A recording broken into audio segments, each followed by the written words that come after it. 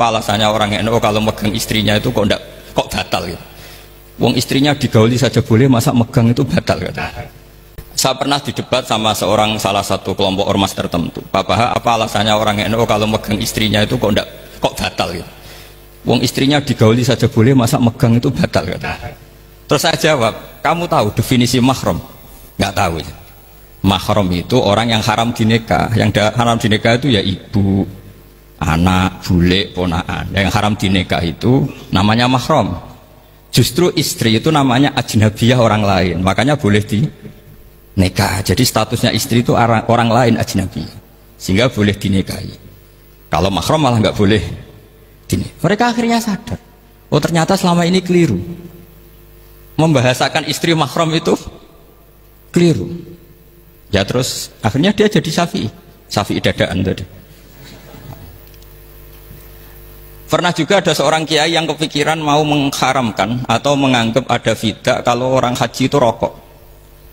Alasannya kata pakar-pakar kuetar itu cengkeh itu wangi. Kalau cengkeh wangi berarti kalau haji rokok itu artinya pakai apa? Wangi. Itu hampir saja deal. Karena ya memang cengkeh itu wangi. Kemudian diingatkan sama kiai yang lain. Anda berani fatwa kalau orang Jumatan sunat ngerokok karena pakai pewangi? Terus, wah iya ya, tidak jadi. Jadi ini pentingnya ilmu itu konsensus. Sehingga saya bicara di sini pede bukan karena saya merasa benar, tidak, kan nanti ada yang nasahin. Kalau benar ya sampean dukung, kalau salah ya tinggalkan saja, biasa saja. Karena kalau sampean sama-sama tadi saya sudah bilang tahta topkotin wahidah, kita tahta syekhin wahid, tahta mursyid wahid. Saya pikir ilmu saya dan sampean ya undi lah. Kita beda jauh kan dengan Gus Naji karena beliau alim, bisa ngarang kitab banyak. Kalau saya jenengan kan ya sama-sama nggak jelas gitu ya, sudah pokoknya santai-santai saja. Pokoknya rileks saja. Yang jelas saya datang ke sini itu mau cerita kebanggaan saya sebagai orang pesantren, produk pesantren kalau kata Gus Barak tadi. Di kampus itu saya berkali-kali ketemu doktor, profesor, dan mereka umumnya itu orang-orang yang galau, yang gelisah. Dan lucunya itu mereka memposisikan saya sebagai penasihat. Karena apa? Memang ilmu pesantren itu unik.